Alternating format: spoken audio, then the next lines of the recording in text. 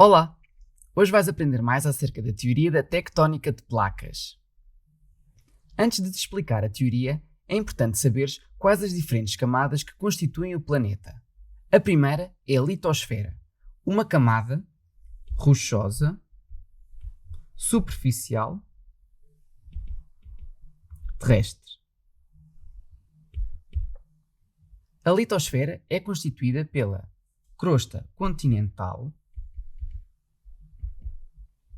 pela crosta oceânica e por uma parte do manto rígido e superficial.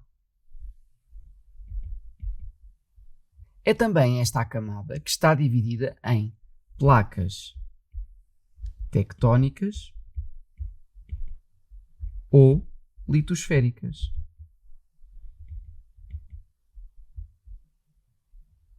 Outra camada da Terra é a astenosfera, representada a vermelho na imagem. É uma camada interior da Terra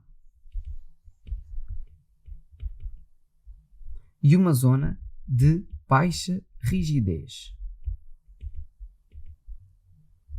É então constituída por materiais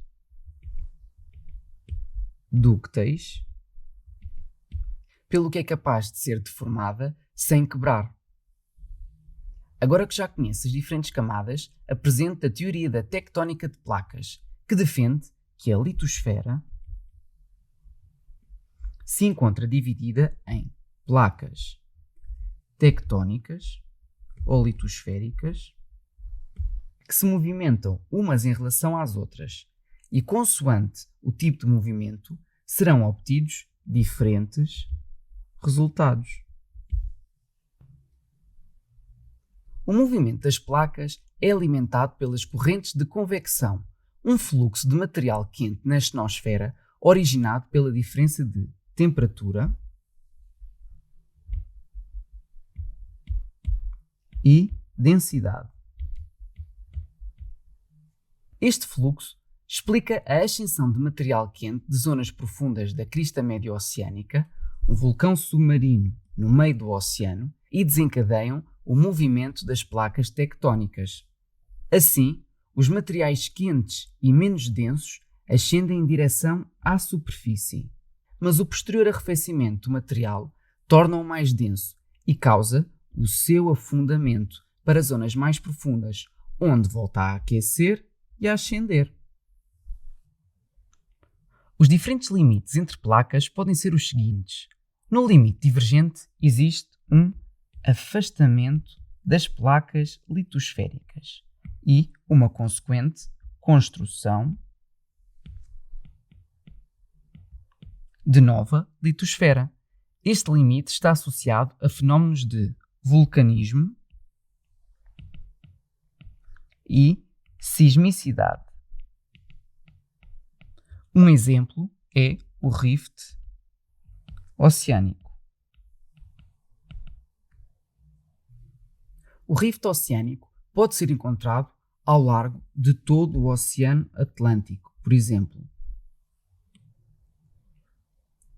Por outro lado, nos limites convergentes existe a colisão de placas tectónicas e, assim, a destruição de litosfera. Estes limites estão também associados a fenómenos de vulcanismo e sismicidade. Um exemplo são as zonas de subducção, que são caracterizadas pela presença de fossas abissais. Os diferentes tipos de limites convergentes são os seguintes. Entre duas placas oceânicas, a placa oceânica mais antiga afunda e assim forma-se um arco vulcânico insular. No limite entre uma placa oceânica e uma placa continental, a placa oceânica afunda. Isto porque é constituída por material rochoso mais denso do que a placa continental, como os basaltos. Assim, origina uma cadeia montanhosa com um arco vulcânico continental. Por fim, o limite entre duas placas continentais. Como são constituídas pelos mesmos materiais, possuem densidades iguais. E assim sendo, nenhuma afunda. Como tal, forma-se uma cadeia montanhosa e um planalto.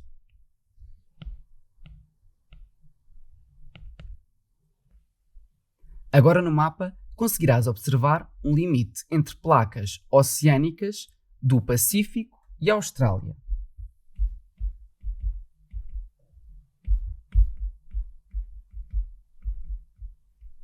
Um limite entre uma placa oceânica e outra continental pode ser observada entre a placa de Nazca e a placa sul-americana.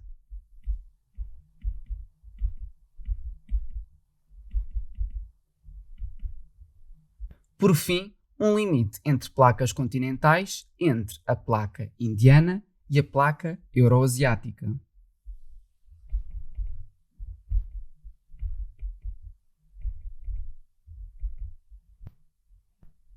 O terceiro tipo de limite é o limite transformante, no qual existe um deslizamento horizontal das placas, onde não ocorre então a criação ou destruição da litosfera. Ao contrário dos outros, este limite não está associado a vulcanismo, mas apenas a sismicidade. Um exemplo são as zonas de ocorrência de falhas transformantes.